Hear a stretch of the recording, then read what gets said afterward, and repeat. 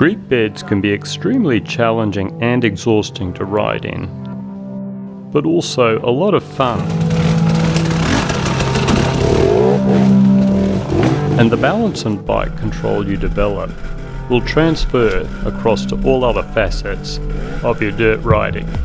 A quick note, creek beds tend to be environmentally sensitive areas, so focus on your cross-training skills in terms of minimising wheel spin.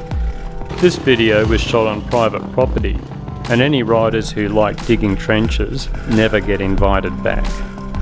Body positioning is critical to mastering creek beds.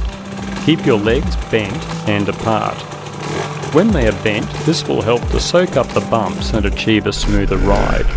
And when your legs are apart, you're more likely to be able to recover from the bike slipping sideways without putting a foot down.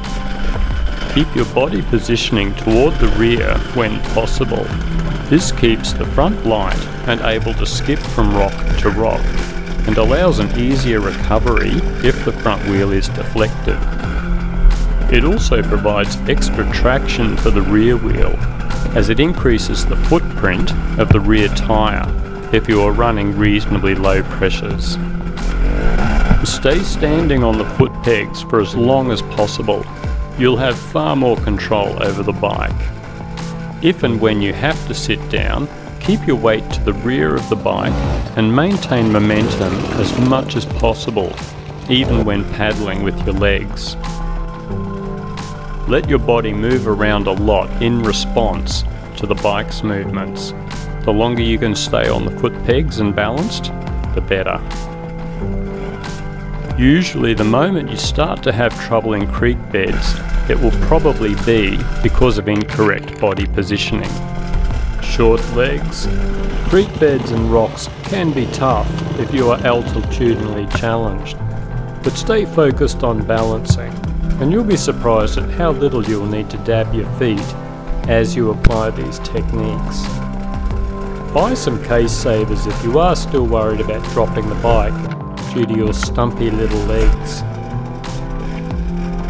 Keep your turns, throttle and clutch control very smooth.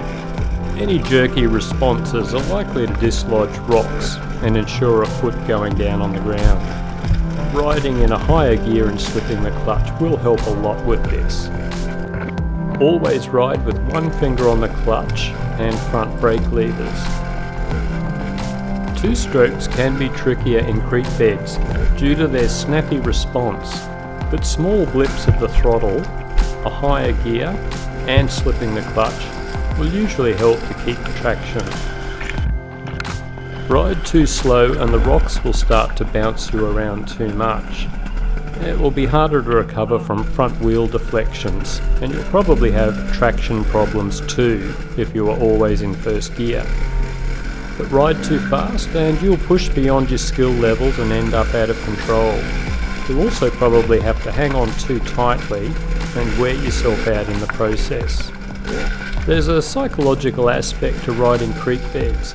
You really need to relax and to some extent let the bike do what it wants, although your brain will be telling you to hang on very tightly and fight the bike for control. As a creek bed opens up, you can pick up the speed accordingly.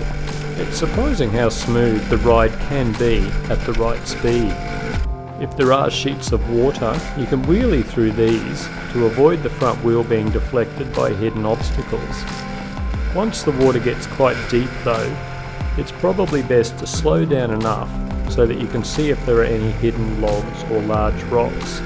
It might take a few seconds off your time, but drying out a drowned bike can take half an hour or longer.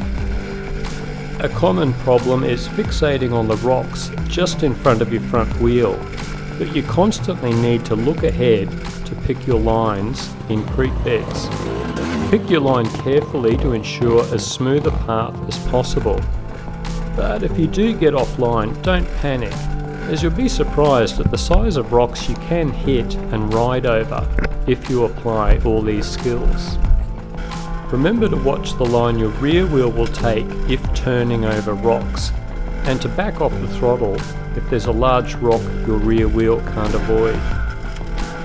And if you can pick a good line around water puddles, try doing this to keep your tyres dry for better traction. Stuck? You can wear yourself out very quickly when stuck in a creek bed.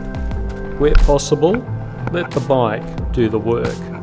If the front wheel is stuck, see if you can use the engine to do a pivot turn to get out of the spot. If the rear wheel is stuck and spinning, use small blips of throttle and clutch to build up a rocking motion. Usually, you'll climb the offending rock or log on the third or fourth rocking motion. Ready to challenge yourself? Try riding creek beds deliberately slowly. This will exercise your balance, body positioning, and clutch throttle control to the max.